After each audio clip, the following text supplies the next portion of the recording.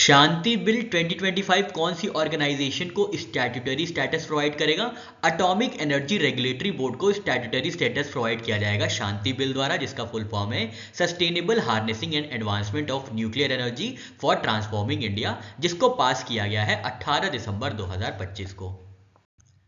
ये ग्रांट करेगा statutory status atomic energy regulatory board को। इसके अंतर्गत कुछ चेंजेस किए गए हैं, देख लेते हैं। तो न्यूक्लियर सेफ्टी का एक प्रोविजन प्रोवाइड किया गया है, जहां पे 5 ईयर लाइसेंस रिन्यूअल्स दिया जाएगा प्राइवेट सेक्टर ऑर्गेनाइजेशंस को, मैंडेटरी इंस्पेक्शंस होगा और कंप्लायंस नॉर्म्स होंगे इंटरनेशनल एटॉमिक एनर्जी एजेंसी के साथ। रिकॉग्नाइज किया गया है कौन कौन सी रिएक्टर टेक्नोलॉजीज शांति बिल में, तो स्मॉल मॉड्यूलर रिएक्टर्स और Bharat small reactors. Liability framework की बात करें तो एक्सपैंड किया गया है न्यूक्लियर डैमेज की डेफिनेशन को, जो कि इंक्लूड करेगा environmental damage. Graded liability caps लगाई गई हैं। एटॉमिक एनर्जी रेड्रेसल कमीशन को भी बनाया गया है डिस्प्यूट रेजोल्यूशन के लिए। इंपॉर्टेंट पॉइंट्स है, ध्यान में रखिएगा। प्राइवेट पार्टिसिपेशन की बात करें तो ये लिमिटेड होगा to exploration, uranium mining, spent fuel, fissile material, heavy water remain government control. ठीक है, हैवी वाटर जो है रिमेन अंडर गवर्नमेंट कंट्रोल। जो है प्राइवेट सेक्टर का पार्टिसिपेशन वो सिर्फ एक्सप्लोरेशन में रहेगा। न्यूक्लियर एनर्जी कैपेसिटी टारगेट्स की बात करें तो करंट कैपेसिटी है इंडिया में 9 गीगावाट की। 22 गीगावाट का टारगेट रखा गया है बाय 2032, 47 गीगावाट का टारगेट रखा गया है बाय 2037, 67 गीगावाट का टारगेट रखा गया है बाय 2042 और 100 गीगावाट का रखा गया है बाय 2047। तो ये 100 गीगावाट वाला तो आपको अच्छे से याद होना है। रिस्पॉन्ड बास्केट 2025 जिसको इसरो ने लॉन्च किया है, इसका क्या पर्पस है? तो ये मिशन ओरिएंटेड रिसर्च इनिशिएटिव है, जो कि एकेडमिक प्रपोजल्स इनवाइट करेगा इसरो के स्पेस मिशंस के लिए। याद रखना है नाम, रिस्पॉन्ड बास्केट 2025, जिसमें यूनिवर्सिटीज और एकेडमिक इंस्टीट्यूशंस जो है मिशन ओरिएंटेड एप्लीकेशन भेजेंगे। रिस्पॉन्ड बास्केट 2025 इनिशिएटिव है इसरो का, जिसके अंतर्गत यूनिवर्सिटीज और रिकॉग्नाइज्ड एकेडमिक इंस्टीट्यूशंस जो हैं अपना रिसर्च सबमिट करेंगे मिशन ओरिएंटेड तरीके से। कौन कौन से फोकस एरियाज होंगे? तो launch vehicle, satellites, propulsion, space science और मटेरियल्स। ये डायरेक्टली लिंक करेगा करंट और फ्यूचर स्पेस मिशंस के साथ। इसके अंतर्गत सबमिशन पोर्टल बनाया गया है जिसका नाम है आई ग्रैब्स। ऑपरेशन हॉक आई स्ट्राइक कौन सी कंट्री ने कंडक्ट किया है? तो ऑपरेशन हॉक आई स्ट्राइक जो है यूनाइटेड स्टेट्स और जॉर्डन का मिलिट्री ऑपरेशन है, जिसने टारगेट किया है आईएसआईएस साइट्स को सीरिया में। कौन सी स्टेट असेंबली ने रेजोल्यूशन पास किया है 350th गुरु तेग बहादुर जी का मार्टरडम को कमेमोरेट करने के लिए? तो ये जो स्टेट असेंबली है ये है हरियाणा, जहां पे रेजोल्यूशन पास हुआ है 350th मार्टरडम श्री गुरु तेग बहादुर जी की कमेमोरेट करने के लिए। किसने किया है? हरियाणा स्टेट असेंबली ने। अश्वगंधा के लिए कमेमोरेटिव पोस्टल स्टैम्प कौन सी ओकेजन में रिलीज किया गया है? तो second WHO global summit on traditional medicine, जिसको आयोजित किया गया था नई दिल्ली में, वहां पे प्रधानमंत्री नरेंद्र मोदी जी ने कमेमोरेटिव पोस्टल स्टैम्प जारी किया गया है अश्वगंधा के लिए, जिसका साइंटिफिक नेम है विथानिया सोमनीफेरा। जम्मू कश्मीर का पहला जेन जी पोस्ट ऑफिस कहां पे इनॉग्रेट किया गया है? एम्स विजयपुर, जो कि जम्मू कश्मीर में है, वहां पे जम्मू कश्मीर का पहला जेन जी पोस्ट ऑफिस जो है इनॉग्रेट किया गया है 17 दिसंबर 2025 को। एम्स विजयपुर जो जम्मू कश्मीर में है वो पहला एम्स होगा जहां पे जेन जी पोस्ट ऑफिस को इनॉग्रेट किया गया है इंडिया में। गुवाहाटी एयरपोर्ट टर्मिनल की सेंट्रल आर्किटेक्चरल थीम क्या है? तो ये थीम है बैम्बू ऑर्किड्स। लोकप्रिय गोपीनाथ बरदोली इंटरनेशनल एयरपोर्ट जो कि गुवाहाटी आसाम में स्थित है, इसको इनॉग्रेट किया गया है प्रधानमंत्री नरेंद्र मोदी जी द्वारा 20 दिसंबर 2025 को। ये इंडिया का पहला नेचर थीम्ड एयरपोर्ट होगा। 12 दिसंबर 2025 के खत्म होने तक इंडिया का फॉरेन एक्सचेंज रिजर्व कितना बढ़ा है पिछले हफ्ते से? तो ये बढ़ा है $1.68 बिलियन का। टोटल फॉरेक्स रिजर्व जो इस हफ्ते है वो है $688.94 बिलियन और इससे प्रीवियस हफ्ते में $687.26 बिलियन था foreign exchange reserves. Economic ties को स्ट्रेंथन करने के लिए इंडिया और नेदरलैंड्स ने कौन सा एक बायलैटरल मैकेनिज्म इंट्रोड्यूस किया है? तो इंडिया और नेदरलैंड्स के बीच स्टैब्लिश किया गया है joint trade and investment committee. इसके अंतर्गत बायलैटरल ट्रेड और इन्वेस्टमेंट को स्ट्रेंथन किया जाएगा।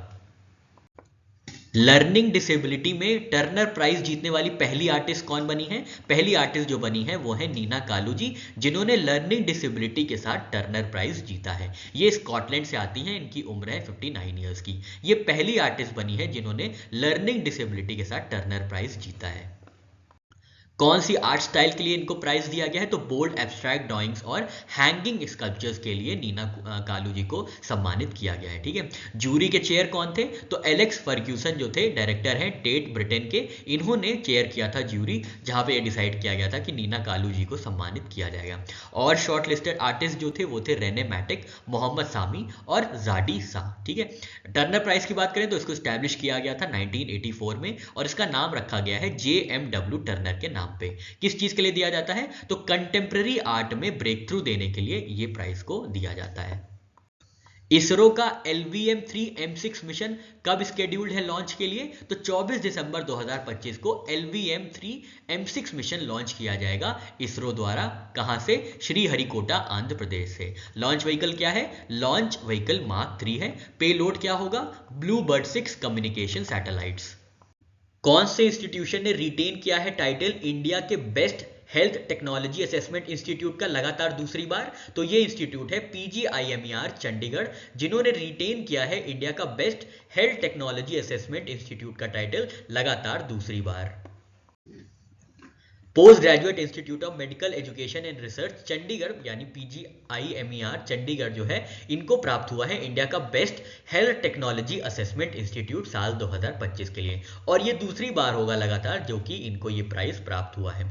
अवार्डिंग मिनिस्ट्री कौन सी है? तो ministry of health and family welfare. इनको इवेंट अराइज 2025 नेशनल कॉन्क्लेव में PGIMER चंडीगढ़ को सम्मान प्राप्त हुआ था नई दिल्ली में।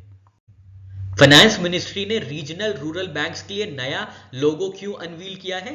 इसलिए अनवील किया है ताकि एक सिंगल यूनिफाइड ब्रांड आइडेंटिटी बनाई जा सके रीजनल रूरल बैंक्स की after one state one RRB consolidation. ठीक है, तो यूनिफाइड ब्रांड आइडेंटिटी के लिए फाइनेंस मिनिस्ट्री ने नया लोगो जारी किया है। आरआरबीज को कंसोलिडेट किया गया था 1 मई 2025 को। कितने आरआरबीज मर्ज किए गए हैं? तो 26 आरआरबीज जो है मर्ज किए गए हैं 11 राज्यों में। ठीक है, अब लोगों की बात करें तो लोगों में डार्क ब्लू और ग्रीन कलर है। ब्लू सिग्निफाई करता है फाइनेंस, स्टेबिलिटी एंड ट्रस्ट, और ग्रीन सिंबल है किसका? ग्रोथ का, प्रोस्पेरिटी का और रूरल डेवलपमेंट का। रीजनल रूरल बैंक्स की बात करें तो इनको स्टैब्लिश किया गया था under regional rural banks act 1976। पहला आरआरबी जो है 1975 2 अक्टूबर को खोला गया था उत्तर प्रदेश में, जिसका नाम है प्रथम ग्रामीण बैंक। किस कमिटी के रिकमेंडेशन से एस्टैब्लिश किया गया था रीजनल बैंक्स को? तो नरसिम्हम कमिटी आई थी 1975 में, जिसकी रिकमेंडेशन के बाद से जो है रीजनल रूरल बैंक्स को एस्टैब्लिश किया गया था। स्पेस में ट्रैवल करने वाली दुनिया की पहली व्हील चेयर यूजर कौन बनी है? तो ये है मिशेला बेंथस, जो कि जर्मन एरोस्पेस इंजीनियर है। ये पहली व्हील चेयर यूजर है दुनिया की जो कि स्पेस में ट्रैवल करेंगी under European space agency. Michaela Miki Benthaus जो कि जर्मन नेशनैलिटी से आती हैं, ये पहली व्हील चेयर यूजर होंगी टू ट्रैवल टू स्पेस। कौन सी स्पेस एजेंसी एसोसिएशन है इससे? तो यूरोपियन स्पेस एजेंसी एसोसिएटेड है इससे। लॉन्च व्हीकल कौन सा यूज किया जाएगा? New shepherd. लॉन्च कंपनी कौन सी होगी? ब्लू ओरिजिन, और मिशन का नाम है NS-37। International human solidarity day कब ऑब्जर्व किया जाता है? तो हर वर्ष 20 दिसंबर को ऑब्जर्व किया जाता है इंटरनेशनल ह्यूमन सॉलिडारिटी डे। पहली बार इसको घोषित किया गया था 2005 में। कौन सी इंडिया की टीम ने ग्लोबल अवार्ड जीता है नासा स्पेस एप्स चैलेंज 2025 में? तो ये चेन्नई बेस्ड टीम है जिसका नाम है फोटोनिक्स ओडिसी, जिन्होंने नासा स्पेस एप्स चैलेंज 2025 का अवार्ड जीता है। इंडिया की चेन्नई बेस्ड फोटोनिक्स ओडिसी जो टीम है, ये इन्होंने जीता है नासा स्पेस एप्स चैलेंज 2025। कौन सा अवार्ड जीता है? Most inspirational award.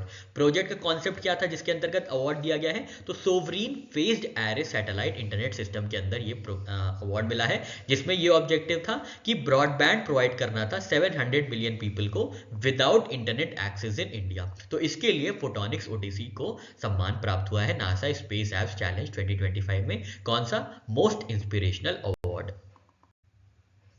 Airtel India के 1 जनवरी 2026 से नए MD और CEO किसको अपॉइंट किया गया है? तो शाश्वत शर्मा जी होंगे, जो कि 1 जनवरी 2026 से एयरटेल इंडिया के नए MD और CEO होंगे, और वो स्थान ग्रहण करेंगे गोपाल वित्तल जी का।